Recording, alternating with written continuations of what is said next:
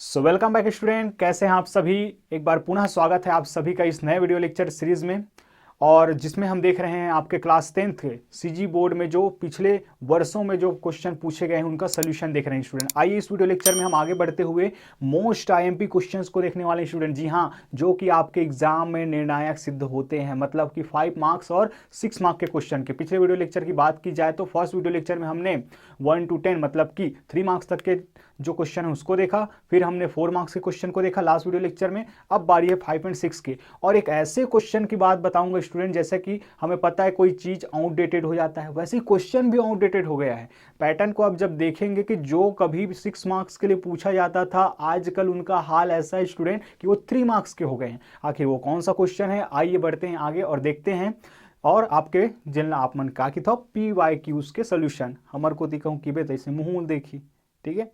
तो कोई दिक्कत नहीं, बहुत लोग जानते भी हैं, ठीक है। PYQs अब सॉल्व करने वाले हैं आपके लैंग्वेज में। चलिए तो आइए नेक्स्ट क्वेश्चन है क्वेश्चन नंबर 15, और ये बहुत इंपॉर्टेंट क्वेश्चन है स्टूडेंट, जो कि है आपके कंस्ट्रक्शन से रिलेटेड। परिगत और अंतर्गत वृत्त आपको बनाना होता है, उसमें से एक आपको मिल रहा है। क्वेश्चन नंबर 15 है, यहाँ पे आप देख सकते हैं कि त्रिभुज ABC के परिगत वृत्त की रचना कीजिए, परिवृत्त की रचना कीजिए, जहां BC बराबर 6 सेंटीमीटर, कोण B बराबर 70 अंश तथा AB बराबर 5 सेंटीमीटर है।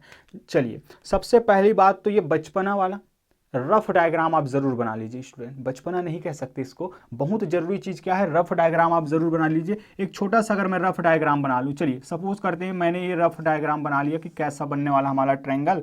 तो यहाँ पे अगर मैं देखूँ तो आपको BC का मान दिया गया है, AB का मान दिया गया है, और उस पे बनने वाला कोण का मान दिया गया है, ठीक है। चाहे तो आप AB को बेस बना लें, चाहे तो आप BC को, ठीक। लेकिन हम आदतन इस तरीके से एक ट्रायंगल का निर्माण करते हैं जो कि इस तरह से हमें दिखता है, और ये होने वाला है 70। इसका मतलब सबसे पहले मैं क्या बनाने वाला हूँ, BC, और BC का मान है आपका 6 सेंटीमीटर और इसका मान है 5 सेंटीमीटर। आइए स्टूडेंट स्टार्ट करते हैं। स्टार्ट करने से पहले मैं सभी को बता दूं कि आपके पास कुछ ज़रूरी चीज़ें होनी चाहिए स्टूडेंट।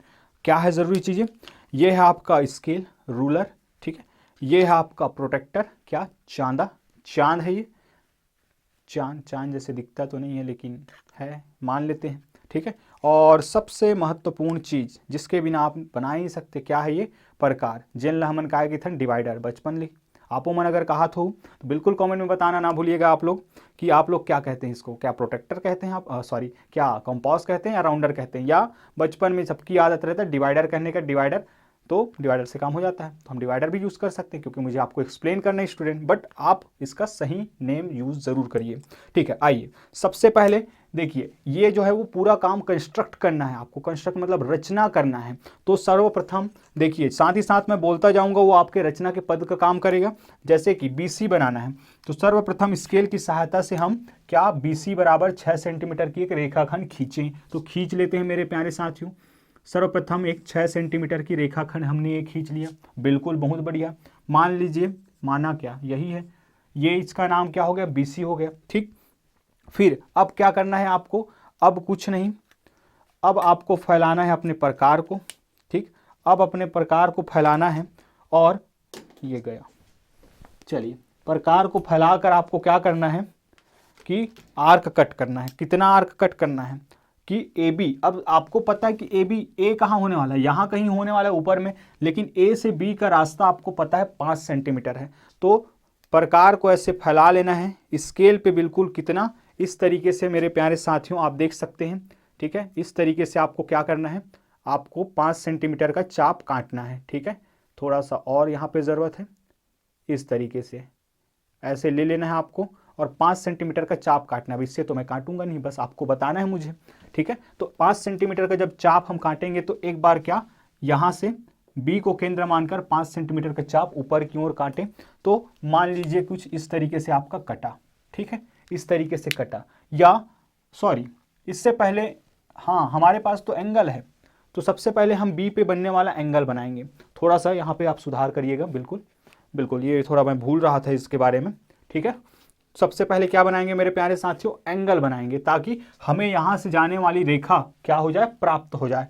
तो एंगल बनाना आप जानते हैं क्या, कि यहाँ पे आप रखेंगे, इस बीच वाले को यहाँ पे सेंटर पे रखते हैं, फिर यहाँ से इधर से काउंट करना है। याद रखिएगा, यहाँ पे आपने रखा है इन दो बिंदुओं में, एक को तो आपने क्या कर लिया है, अपने हिस्से में ले लिया है, तो बचा वाला हिस्सा कहाँ चला गया, यहाँ। तो इस तरीके से आपको काउंट करना है, इस तरफ से आपको क्या करना है, 70 डिग्री का जो है एंगल यहाँ पे ड्रॉ कर देना है स्टूडेंट, 70 डिग्री का। फिर वही 5 सेंटीमीटर का चाप लेना है, यहाँ को केंद्र मानना है, और इस तरीके से आप जब आर्क कट करते हैं तो ये रहा आर्क, ये रहा आपका चाप, ये हो गया चाप। अगर मान लीजिए इस चाप के कटान बिंदु को क्या नाम दे देते हैं, हम ए नाम दे देते हैं, ठीक है।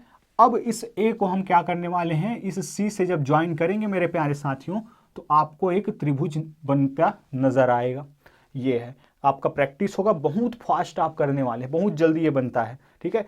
5 मार्क्स का क्वेश्चन है, लेकिन बहुत ही फास्ट तरीके से आपसे बनेगा स्टूडेंट। आइए अब आखिर इसमें परिगत वृत्त बनाएं कैसे। तो परिगत वृत्त बनाने के लिए स्टूडेंट देखिए, 2 वृत्त हम खींचते हैं, एक तो अंतर्गत करते हैं इन सर्कल, और एक होता है सरकम सर्कल बाहर की ओर, ठीक। तो परिवृत्त मतलब कि परिगत, इसके बाहर की ओर हमें खींचना है। बाहर की ओर जब कभी भी आपको हो खींचना होगा तो आपको क्या चाहिए, लंब केंद्र की आवश्यकता होती है।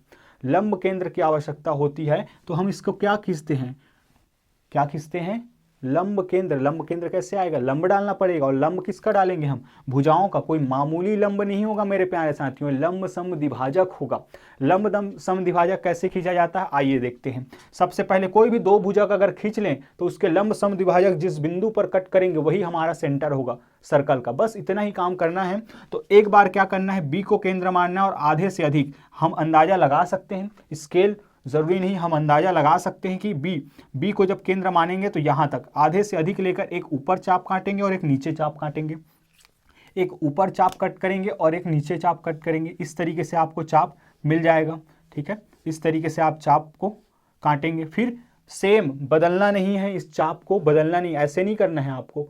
कई लोग क्या करते हैं, फिर से ऐसे रख देते हैं फिर फैलाते हैं, भाई ऐसा नहीं करना है आपको। एक बार लेना है यहाँ से आधे से अधिक, और चाप जो है वो कट करना है मेरे प्यारे साथियों, ऐसे और ऐसे। फिर इन चाप के कटान बिंदु ये, इसको क्या कर लेना है, थोड़ा उपका लेना है, थोड़ा उपका लेना है और ज्वाइन कर दीजिए अब इसको। यही जो मिलने वाला है आपका, यही क्या होगा, यही है आपका परपेंडिकुलर बाइसेक्टर, लंब समद्विभाजक।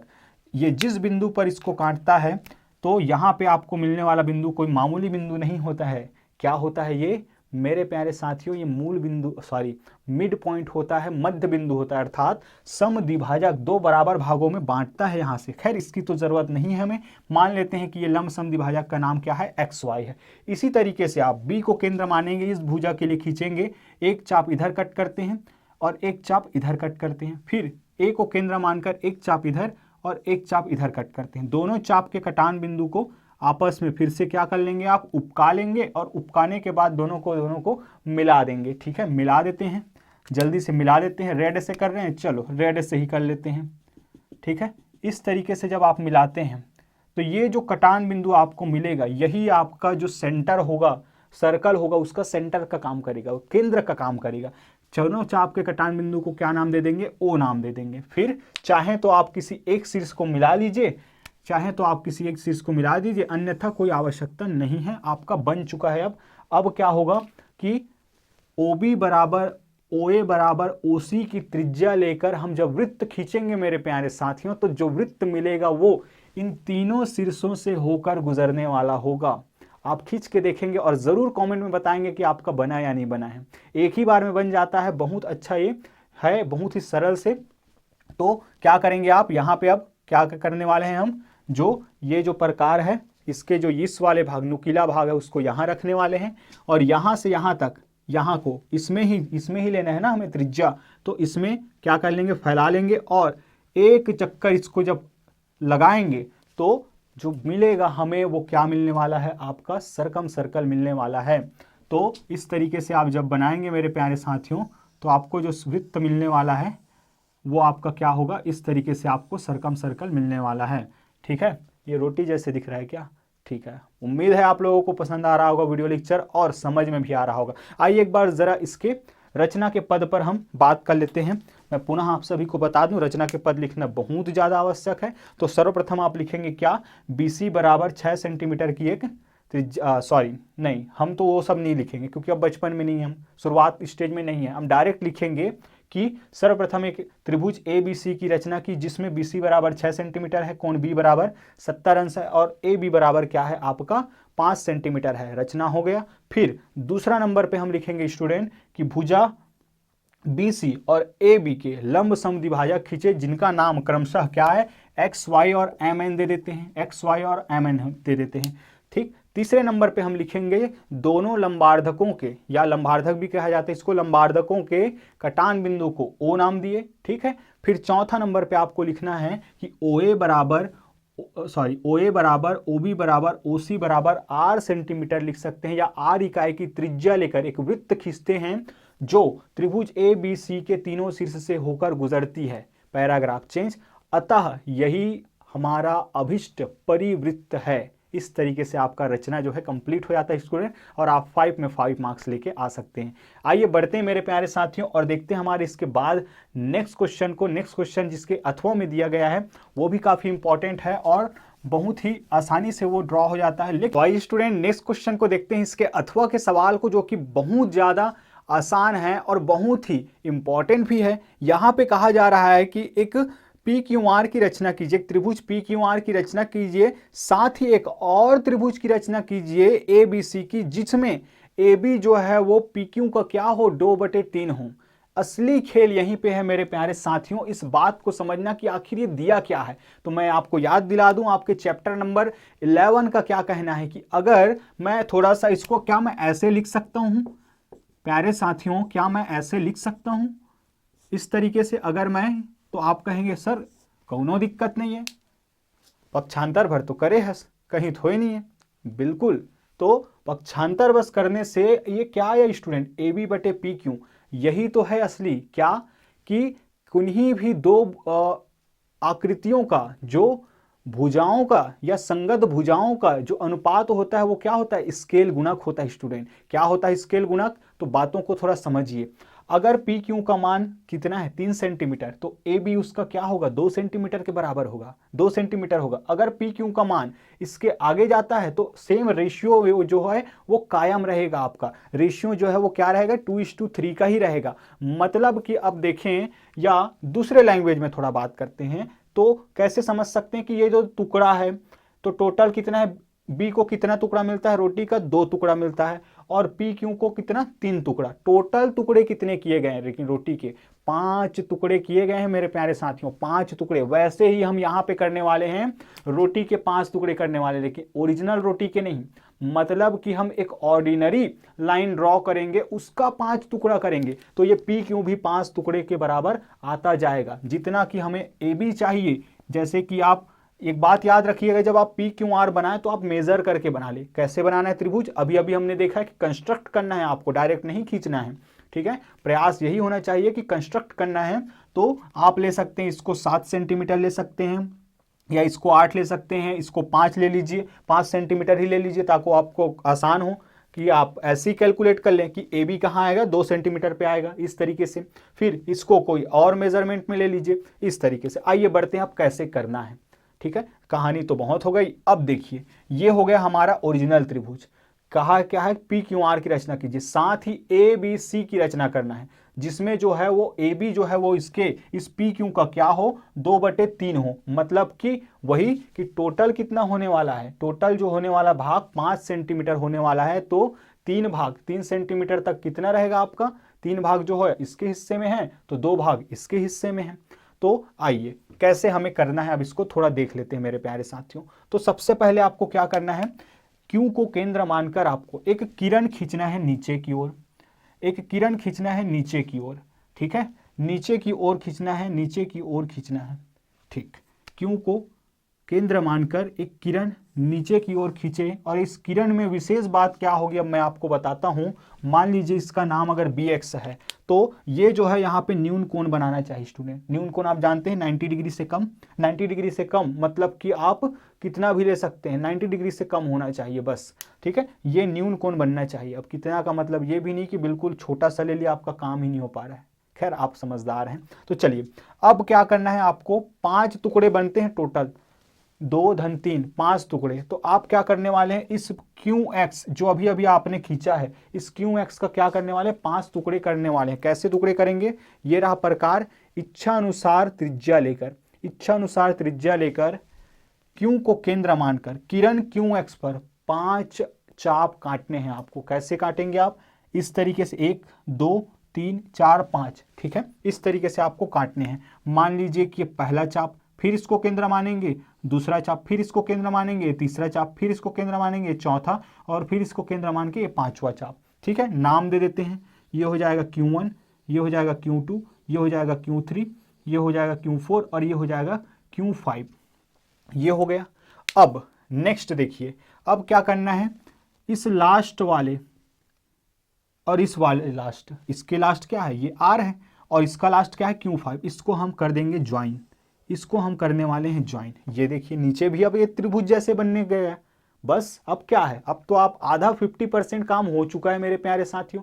बस अब आपको क्या करना है कि इस लाइन के पैरेलल, क्या Q5R के पैरेलल आपको एक लाइन ड्रॉ करना है। और कहाँ पे, AB का मान कितना होना चाहिए इस 5 हिस्से में, दूसरे हिस्से तक, तो Q1 Q2 यहाँ पे आप क्या करने वाले हैं, इसके पैरेलल एक लाइन ड्रॉ करने वाले हैं। इसके पैरेलल एक लाइन ड्रॉ करने वाले हैं। कैसे करते हैं लाइन ड्रॉ?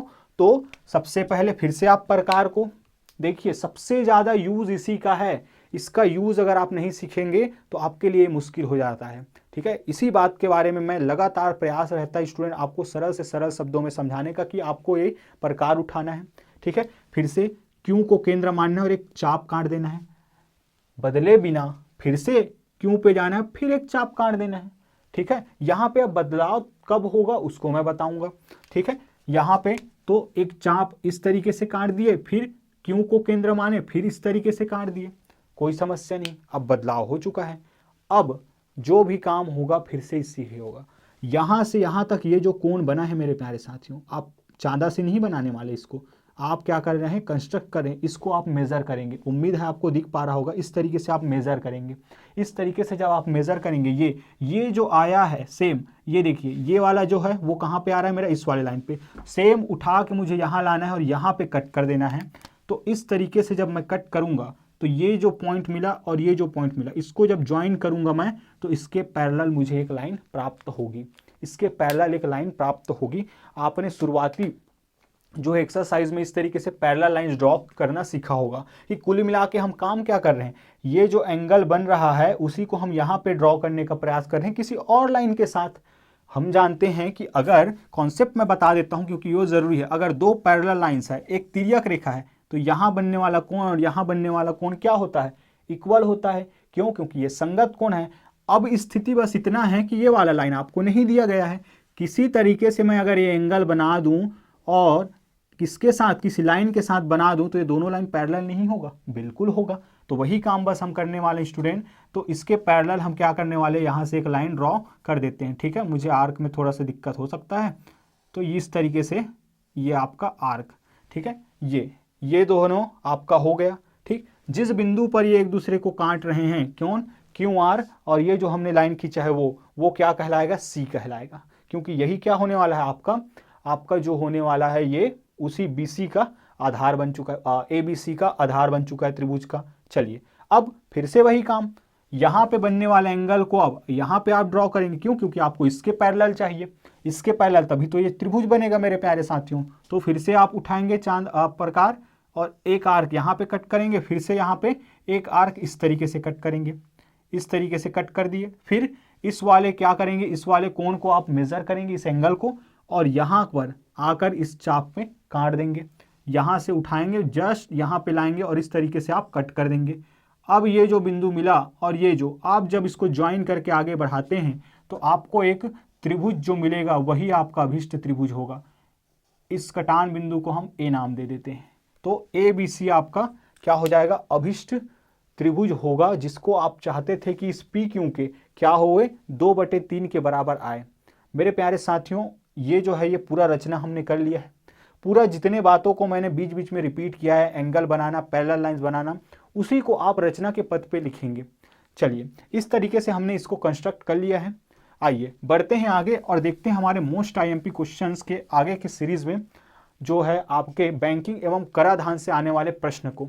आइए बढ़ते हैं आगे की ओर स्टूडेंट। अगर किसी तरीके से आपको यहाँ पे परेशानी होता है तो आप ज़रूर कमेंट सेक्शन का यूज़ करेंगे या नीचे दिए हुए नंबर का यूज़ करेंगे और हमें बताएंगे स्टूडेंट कि सर हमसे नहीं बन पा रहा है। तो मैं प्रयास करूँगा स्टूडेंट कि आपको जो कॉपी पेन मोड में मतलब कि पेपर पेन मोड में आपको ड्रॉ करके दिखाऊं, पेंसिल के माध्यम से, कलर पेंसिल के माध्यम से, जैसे भी हो, क्योंकि एग्जाम नज़दीक है। बिल्कुल आप अपने प्रॉब्लम शेयर करेंगे तो हमारा प्रयास रहेगा वही कि हम आप तक उसका हल पहुंचाए स्टूडेंट। लगातार हम आपके लिए काम कर रहे हैं स्टूडेंट इसी तरीके से, क्योंकि इसी उद्देश्य से कि आपको जो है आपके प्रश्नों का उत्तर मिल जाए। तभी तो हम आपके सभी के लिए जो एक एक क्वेश्चन का सोल्यूशन है वो एक एक वीडियो लेक्चर में तब्दील कर दिया है। जाके ज़रूर देखिए हमारे सीजी पाठशाला के चैनल को, वहाँ पे आपको आपके क्लास 10th के जो वीडियो लेक्चर्स हैं वो एक एक वीडियो में आपको जो है एक एक क्वेश्चन मिलने वाले हैं स्टूडेंट। सो चलिए बढ़ते हैं आगे की ओर, देर न करते हुए नेक्स्ट क्वेश्चन को देखते हैं। सो नेक्स्ट क्वेश्चन है स्टूडेंट 16 नंबर का। मोहन ने एक बैंक में 100 रुपये प्रति माह की दर से 5 वर्ष के लिए आवर्ती जमा खाता खोला।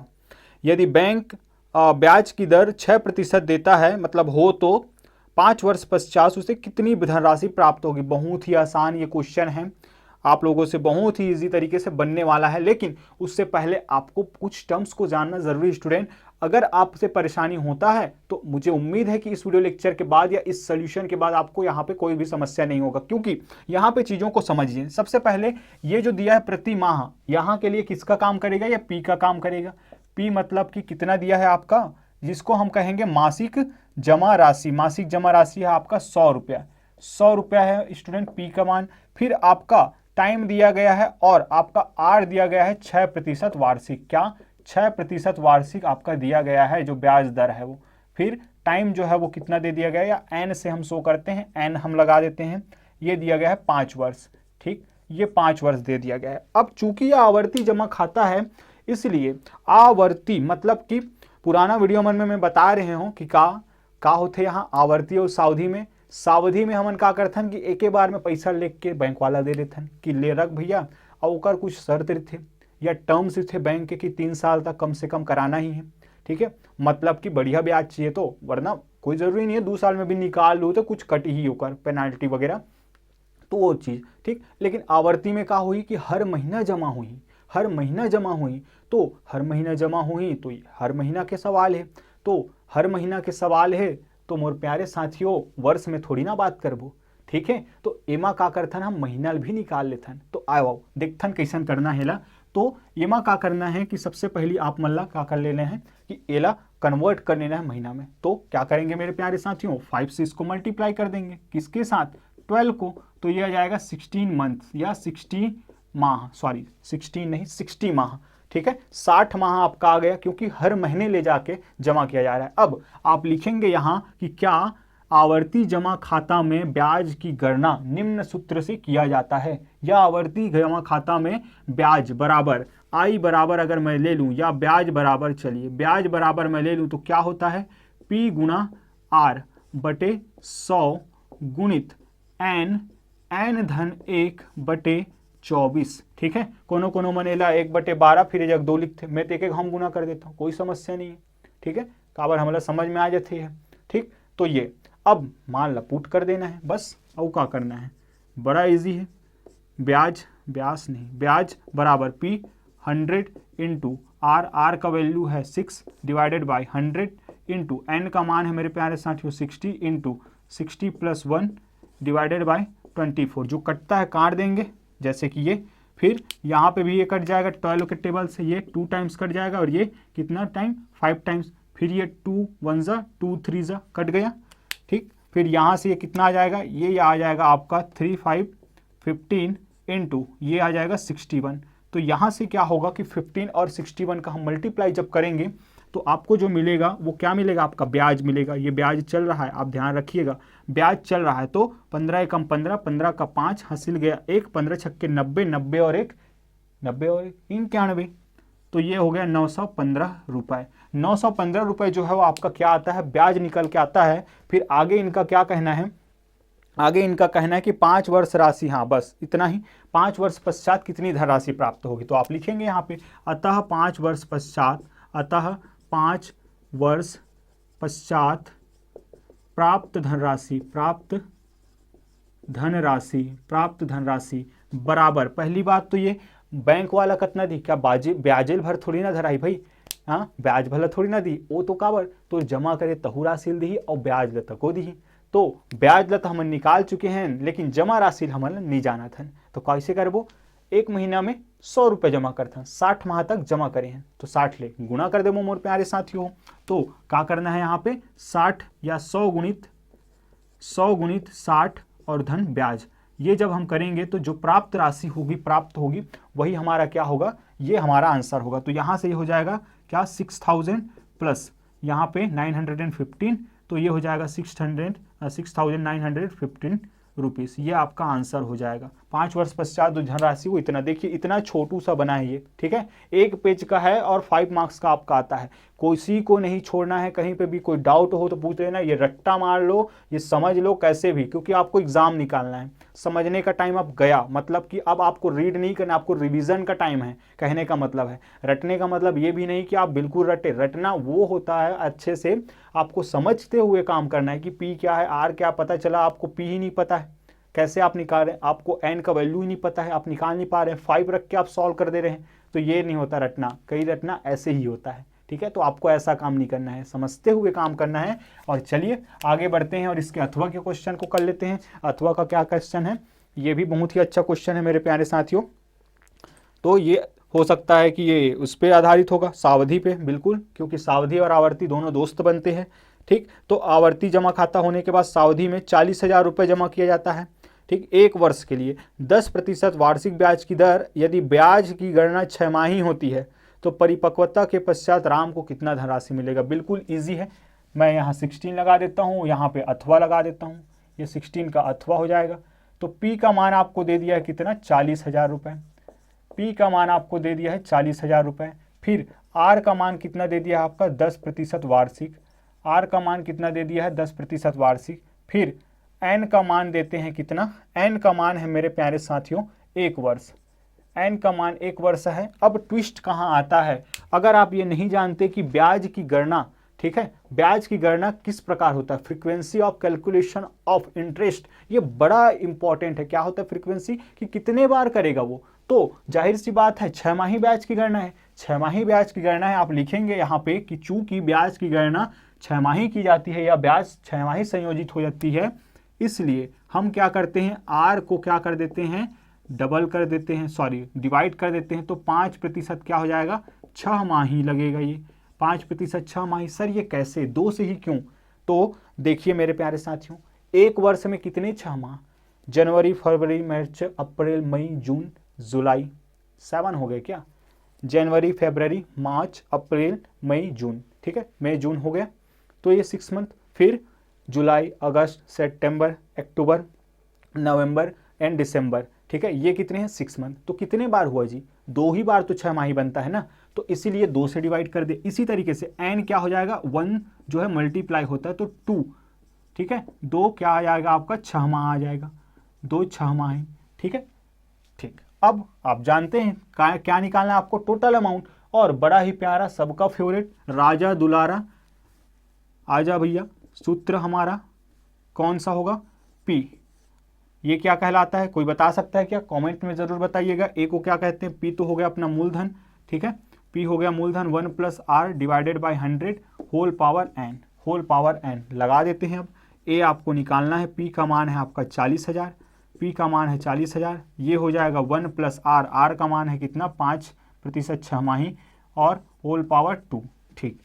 आइए लगाते हैं यहाँ पे, ए बराबर 40,000 गुणित यहाँ से कितना हो जाएगा 5 एकम और ये 5 विषम 20 पंचे 100, ठीक है। यहाँ से इसको सॉल्व करेंगे तो 1 + 1 डिवाइडेड बाय 20 होल पावर 2।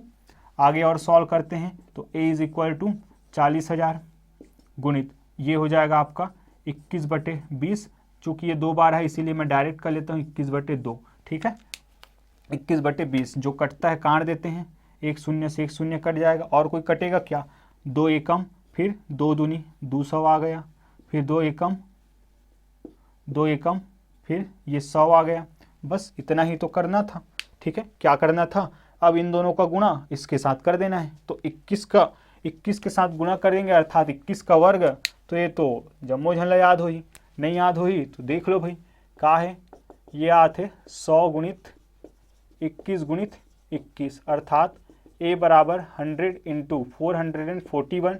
तो a बराबर कितना आ जाएगा 441 और 00, मतलब कि कितना आ गया 44,100, 44,100 रुपये आपके पास आ जाएगा। 40,000 रुपये आप जमा करते हैं, 4,100 रुपये आपको ब्याज की तरह यहाँ से मिल रहा है मेरे प्यारे साथियों। ये आप देख सकते हैं, यहाँ पे रुपया आपको लगाना है, नहीं लगाओगे तो हाफ मार्क्स आपका कट जाएगा। तो यहाँ पे फिर लिख सकते हैं कि अतः एक वर्ष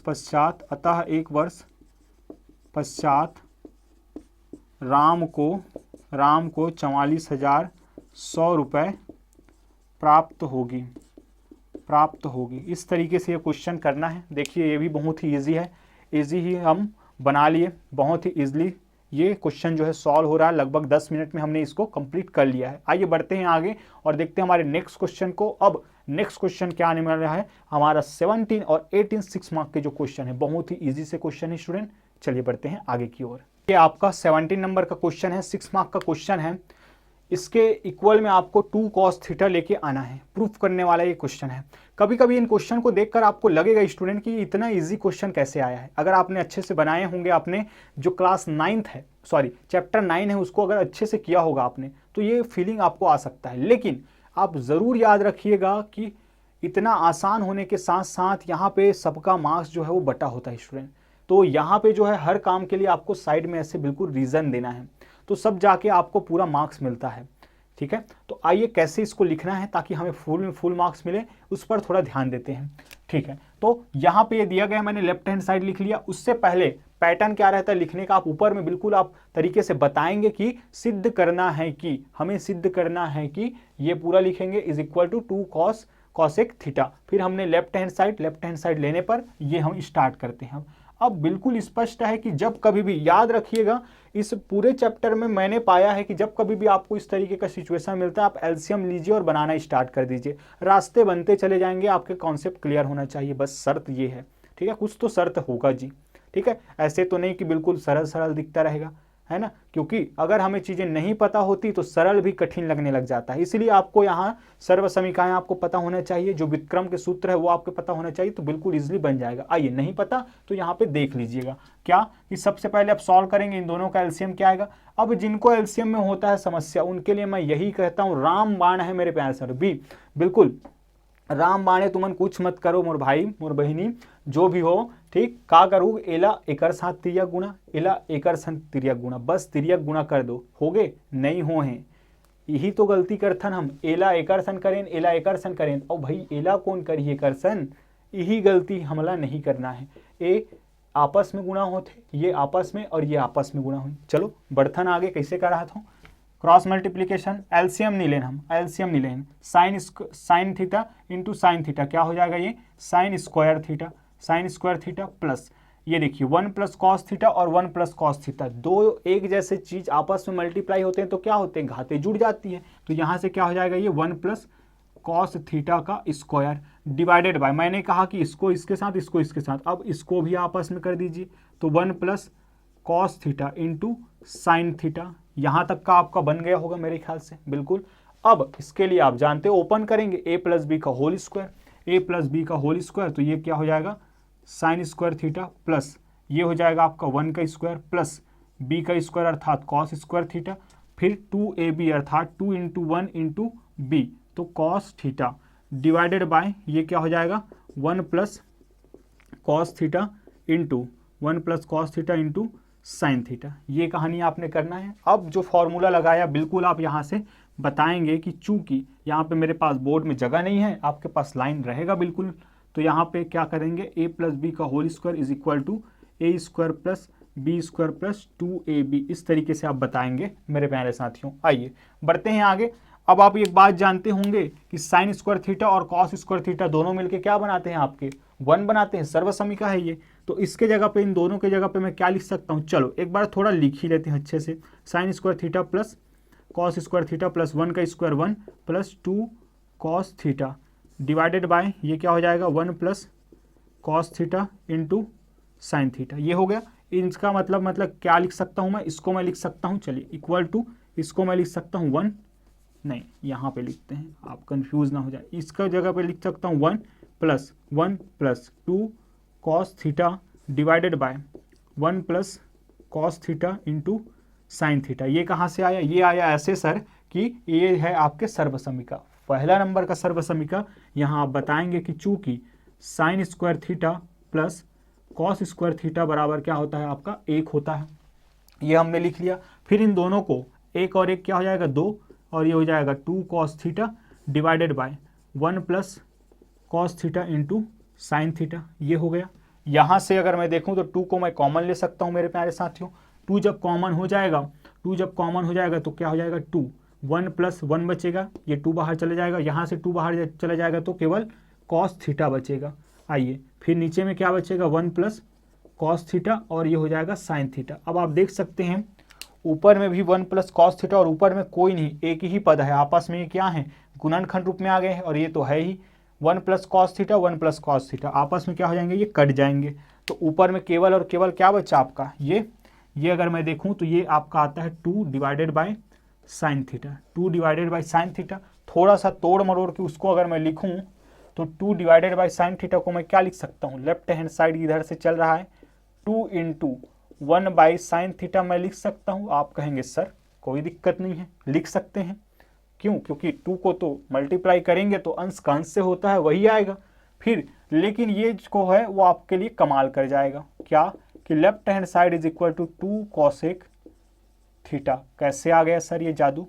तो इस तरीके से कि हमें पता है व्युत्क्रम सूत्र से कि 1 अपॉन साइन थीटा किसके बराबर होता है, ये होता है कॉसेक थीटा के। ठीक, जैसी ज़रूरत वैसा काम, कभी ज़रूरत पड़ेगा 1 अपॉन कॉसेक थीटा तो उसको हम लिख सकते हैं साइन थीटा, आपने बहुत किया होगा। तो स्पष्ट रूप से यहाँ पे अतः लेफ्ट हैंड साइड बराबर है राइट हैंड साइड के, तो सिद्ध हुआ। या आप फिर से वो जो आप सिद्ध करना है कि उस चीज़ को आप रिपीट लिख सकते हैं यहाँ पे और लिख सकते हैं कि सिद्ध हुआ, लिख सकते हैं कि सिद्ध हुआ। देखिए इतना ही काम करना है आपको, 5 मार्क्स का क्वेश्चन है ये। देखिए मैंने रीज़न पूरा बताया है तरीके से, आपको भी यही काम करना है स्टूडेंट। चलिए आगे बढ़ते हैं और इसके जो है नेक्स्ट क्वेश्चन, इसके अथवा के क्वेश्चन को देख लेते हैं, जो कि आ रहा है आपके chapter number 10 height and distance, ऊंचाई एवं दूरी से। इस क्वेश्चन की बात की जाए तो बहुत ज़्यादा इंपॉर्टेंट है मेरे प्यारे साथियों, बहुत ही ज़्यादा। आराम से इसको समझेंगे और एक एक चीज़ों को मैं प्रयास करूंगा कि आपको एक्सप्लेन कर पाऊँ कि ऐसे क्यों और ऐसे क्यों। चलिए तो क्वेश्चन है आपका कि मीनार के शिखर का धरातल के किसी बिंदु से उन्नयन कोण 30 अंश है। यदि मीनार की दिशा में 20 मीटर चलने पर उन्नयन कोण 45 अंश हो जाता है तो मीनार की ऊंचाई ज्ञात कीजिए। ठीक है, अब भिलाई शहर में जब जाथन बड़े बड़े हैं शिखर है, एक ठन नाम है, ठीक है, अपन नेहरू नगर भिलाई में अगर देखा तो एक तो शिखर है, 7 मंजिला इमारत, 7 या 8 मंजिला। ठीक, अब आप मतलब पता है कि कहूँ दुरिया ले हमन देखो, जैसे ही भिलाई जो सूर्य टीआई मॉल है वहाँ से देखूँ तो वहाँ से तो बड़ा ऐसे देखो, ठीक, जाहिर सी बात है ऐसे देखो। लेकिन जैसे जैसे हम पास जाते हैं मेरे प्यारे साथियों, आप देखते हैं कि अगर आप शिखर को देख रहे हैं तो आपकी जो सिर है ऊंचा उठता है, मतलब कि पास जाने पर जो है एंगल क्या हो जाता है, बढ़ जाता है। वही कि एक बार इस शिखर के, मीनार के शिखर को जब देखते हैं यहाँ पॉइंट सी से, धरातल पे कोई बिंदु सी है, वहाँ से तो 30 अंश बन रहा है, लेकिन धीरे धीरे हम क्या करते हैं 20 मीटर आगे चले जाते हैं, इसके बाद जब देखते हैं तो 45 अंश हो जाता है। इस स्थिति पे दोनों कंडीशन दिया गया और इसका हमें ऊंचाई पूछा गया है। ठीक है, तो हमने क्या मान लिया, अच्छा मैंने x मान लिया, चलिए कोई दिक्कत नहीं, h कर लेते हैं, x में ही काम चला रहा था मैं वैसे तो, लेकिन हाइट है याद आया, फिर मैंने h में कन्वर्ट कर दिया, बदल दिया इसको। तो मैंने मान लिया कि माना AB क्या है, मीनार की ऊंचाई है तथा धरातल पर कोई बिंदु C जो है स्थित है। इस स्थिति पर फिर मैंने माना कि AB को मैंने मान लिया h मीटर, ठीक है, ताकि 2 पॉइंट नोटेशन से हमें थोड़ी राहत मिल जाए और थोड़ा फील आए, क्या कि h दिखता है तो क्या होता है कि मीनार की ऊंचाई है। ठीक, CD क्या है आपका 20 मीटर है, 20 मीटर चला ना ये यहाँ से यहाँ, अभी तो एंगल चेंज हुआ, फिर ये जो है वो आपके उन्नयन कोण है। बस इतनी सी जानकारी। आइए बढ़ते हैं आगे और देखते हैं हमारे। सबसे पहले आप देखिए तो सर्वप्रथम कोई भी आप त्रिभुज ले लीजिए, मान लीजिए हैं कि इधर से है तो 30 डिग्री, सबसे पहले 30 डिग्री ले लेते हैं। ठीक है, इन ट्रायंगल, अरे गड़बड़ कर रहा हूं मैं, ठीक है, त्रिभुज, समकोण त्रिभुज किसमें, ACB में, समकोण त्रिभुज ACB में। डायरेक्ट मैं लगाने वाला स्टूडेंट आपका टेन थीटा मतलब कि 30 degree is equal to 30 degree मतलब कि मुंह खुल रहा है इधर, तो ये बनेगा कौन, लंब, और ये बनेगा कौन, आधार। तो लंब बटे आधार लाल बटे कका, लंब बटे आधार लाल बटे कका परपेंडिकुलर अपॉन बेस किसका होगा, इसका होगा। तो ए बी अपॉन क्या, a b upon c d हो जाएगा, a b upon c d हो जाएगा। आइए इसको 1/√3 मैं लिख सकता हूं और इसको मैं लिख सकता हूं क्या, ए बी को एच लिख सकता हूं, ए बी को एच और सी डी को मैं देखिए स्टूडेंट क्या लिख दिया मैं, टोटल है ना सी बी है, ये सी बी है, सॉरी सी बी है, सी से लेकर बी तक ये टोटल बड़े वाले ट्रायंगल लिए हैं। ठीक, इसको मैं तोड़ सकता हूँ सी डी धन डी बी में, सी डी धन डी बी में मैं तोड़ सकता हूँ। तो इसको मैं लिख सकता हूँ क्या, 20 मीटर, डायरेक्ट मैं करने वाला हूँ 20 मीटर और ये डी बी का मान। ठीक है, क्या मैं यहाँ से कुछ रिलेशन ला सकता हूँ, बिल्कुल ला सकता हूँ स्टूडेंट, कि इस इक्वेशन को मैं एच की इक्वल ला सकता हूँ, एच की इक्वल। ठीक है, क्योंकि अगर मैं देखूँ फिर से इस वाले ट्रायंगल में फिर से एक एच यहाँ पे शामिल होगा। ठीक है, दोनों के दोनों में एच आएगा, इसीलिए मैं क्या करता हूँ, एच बाद में भी कर सकते हैं लेकिन इसको मैं एच में कन्वर्ट कर देता हूँ। तो इस पूरे को मैं इधर ट्रांसफर कर दूँ तो एच इज इक्वल टू क्या लिख सकता हूँ मैं, 20 plus d b, 20 plus d b divided by √3, equation number कौन, 1। ठीक है, इसी तरीके से समकोण त्रिभुज अब ले लेते हैं, समकोण त्रिभुज, इसी तरीके से समकोण त्रिभुज छोटा वाला ए डी बी में, ए डी बी में अगर मैं 45 डिग्री की बात करूं तो ये कितना हो जाएगा आपका, a b divided by d b, a b divided by d b हो जाएगा मेरे प्यारे साथियों। और 45 डिग्री का मान आप जानते हैं 1 होता है, ए बी का मान आपके एच लेके चल रहे हैं और डी बी का मान अभी फिलहाल कुछ नहीं है मेरे प्यारे साथियों, क्या है। तो चलिए इधर का जगह लें या इधर का, चलिए इधर का जगह ले लेते हैं। तो यहाँ से मैं लिख सकता हूँ h बराबर क्या, डी बी, एच बराबर क्या, डी बी, समीकरण नंबर 2। इसी के बारे में आपको कह रहा था कि h बराबर डी बी, एच बराबर डी बी, ये भी h की इक्वल है, ये भी h की इक्वल है, इसमें भी डी बी आ रहा है, इसमें भी डी बी आ रहा है, कुछ ना कुछ तो निकलेगा ही। आइए बढ़ते हैं, समीकरण 2 और 1 से अगर मैं देखूं तो दोनों के लेफ्ट हैंड साइड h में है तो आपस में क्या हो जाएंगे, इक्वल हो जाएंगे। तो ये कितना हो जाएगा, यहाँ से समीकरण नंबर 1 और 2 से, समीकरण 1 व 2 से, समीकरण 1 व 2 से यहाँ से अगर मैं इसका डी बी ले लूँ तो इक्वल होगा एक इसके 20 plus d b divided by √3, आपस में मल्टीप्लाई होगा, आपस में मल्टीप्लाई होगा तो क्या मिलेगा मुझे, ये मिल जाएगा √3 into d b, √3 into d b is equal to 20 plus d b, 20 plus d b. आइए आगे सॉल्व करते हैं।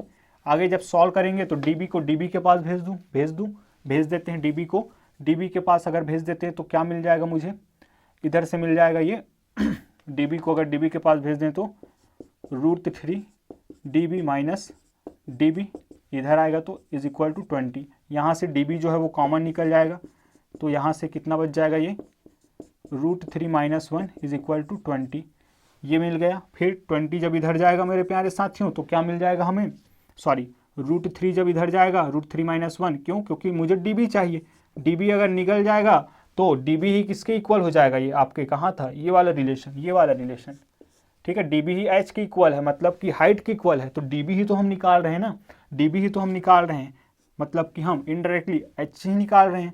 तो ये हो जाएगा 20 डिवाइडेड बाय √3 - 1, और भारतीय परंपरा के अनुसार 10 रुपये हम नहीं 11 रुपये में क्या देते हैं, दान में देते हैं। आरती में 11 रुपये चढ़ाएंगे, 1 रुपये चढ़ाएंगे। वैसे ही मेरे प्यारे साथियों यहाँ मैथ में हम लोग ये रूट वाली संख्या नीचे में देखना पसंद नहीं करते। अब इसको हटाने का तरीका क्या है, इसको हटाने का तरीका है क्या, हर का परिमेयीकरण।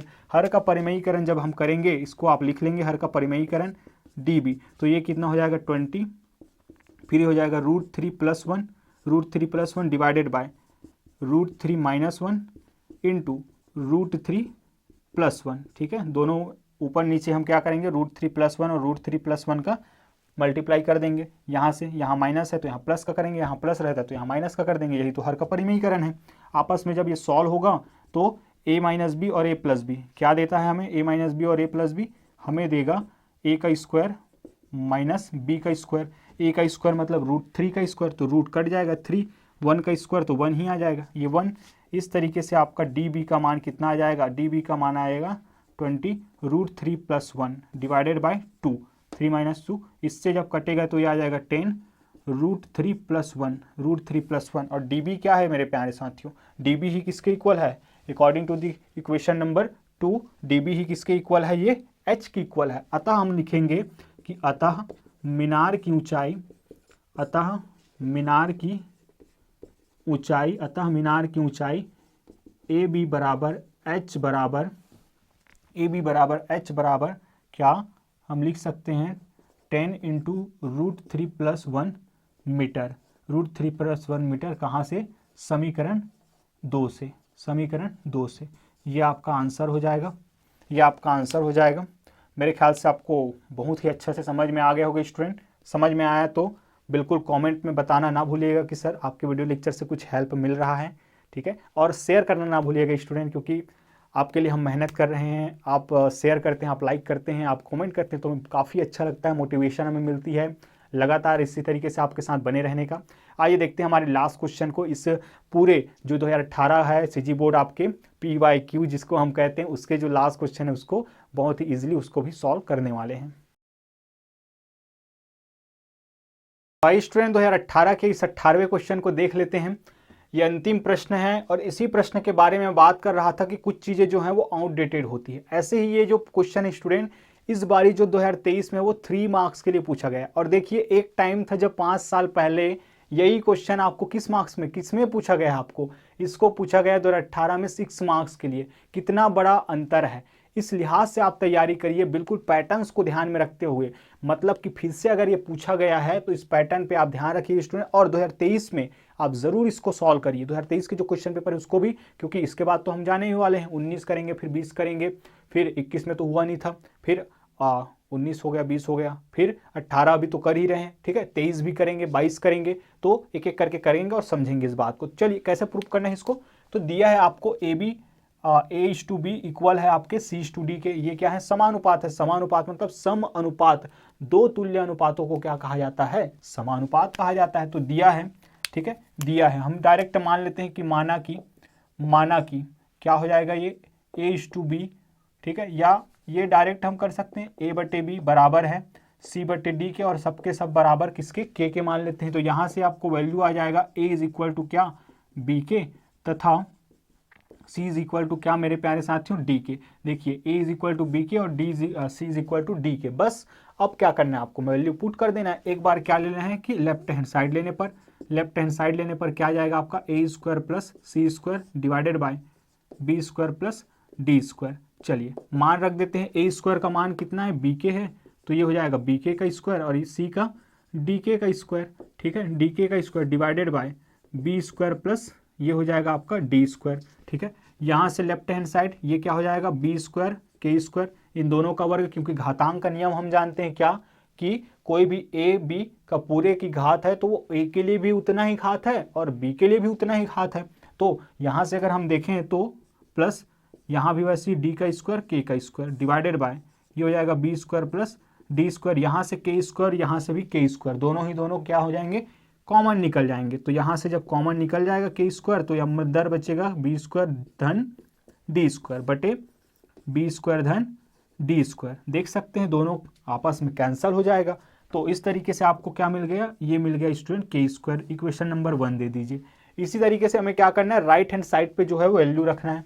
राइट हैंड साइड पे जब रखेंगे तो आइए देख लेते हैं। अब राइट हैंड साइड बराबर क्या आपको ले लेना है? AC बटे BD। मान रखेंगे तो A का मान कितना है? A का मान है आपका B के, ठीक है, इंटू C का मान कितना है? D के, डिवाइडेड बाय BD है। के दोनों आपस में मल्टीप्लाई होंगे तो K² इंटू इसको मैं लिख सकता हूँ BD और पूरे के डिवीजन में BD। देखिए कितना आसान है, आपस में कट जाएगा, फिर से K का स्क्वायर, इक्वेशन नंबर 2। अब देख सकते हैं आप राइट हैंड साइड भी आपका K का स्क्वायर दे रहा है, लेफ्ट हैंड साइड भी K का स्क्वायर दे रहा है, तो क्या दोनों साइड इक्वल नहीं हुए स्टूडेंट? इसी को आप लिखेंगे कि समीकरण 1 व 2 से राइट हैंड साइड इक्वल है लेफ्ट हैंड साइड के, या लेफ्ट हैंड साइड इक्वल है राइट हैंड साइड के। अतः उस चीज़ को आप पुनः आप रिपीट कर दें कि A² plus C² divided by B² plus D² बराबर है आपके AC बटे BD के। क्या हुआ? इति सिद्धम, हैंस प्रूव्ड, सिद्ध हुआ, ठीक है, ये हुआ, सिद्ध हुआ। देखिए कितना इजीली हमने ये सॉल्व कर लिया, मुश्किल से 5 मिनट्स लगा होगा इसमें। चलिए इस तरीके से हमने सॉल्व कर लिया स्टूडेंट। अब अथवा के जो सवाल है वो है आपके ग्राफिकल मेथड पर आधारित। ग्राफिकल मेथड पर आधारित है स्टूडेंट, आलेखी विधि पर ये आधारित है। क्या होता है ग्राफिकल मेथड, कैसे हम इसको सॉल्व करते हैं, इस पर पूरे डिटेल वीडियो लेक्चर हमारे जो है इस चैनल पे बना हुआ है। आपके टाइम को ध्यान रखते हुए, क्योंकि वहाँ पे हमने एक एक क्वेश्चन को एक एक वीडियो लेक्चर में कन्वर्ट कर दिया है, एक एक वीडियो लेक्चर में बना दिया आपके लिए, इसीलिए लिंक जो है वो डिस्क्रिप्शन पे मिल जाएगा या फिर आई बटन पे हम लगा देंगे, वहाँ पे जाके आप इसको ज़रूर करने वाले स्टूडेंट। अगर किसी तरीके की कोई समस्या आता है तो आप जानते ही हमारे नंबर, एक बार आपको ज़रूर बता दूँ मैं क्या, 7974794030 पर आप क्या कर सकते हैं, व्हाट्सअप कर सकते हैं। ध्यान रखिएगा स्टूडेंट, बहुत सारे कॉल्स यहाँ पे आते हैं तो कॉल्स जो है वो अटेंड नहीं हो पाता है मेरे प्यारे साथियों, तो आप ज़रूर से इसमें व्हाट्सअप करिए। व्हाट्सअप के लिए ये हमेशा जो है ओपन है, आपके जो है सुझाव हो, आपके शिकायत हो या फिर आपके तारीफ, वो भी बिल्कुल हम स्वागत करते हैं उनका। तो वीडियो लेक्चर में बने रहने के लिए बहुत बहुत धन्यवाद। हमारे वीडियो लेक्चर को आप शेयर कर रहे हैं, इसके लिए भी आपका कोटि से धन्यवाद स्टूडेंट। तो मिलते हैं नेक्स्ट वीडियो लेक्चर में। इसके जो सेट बी है और सेट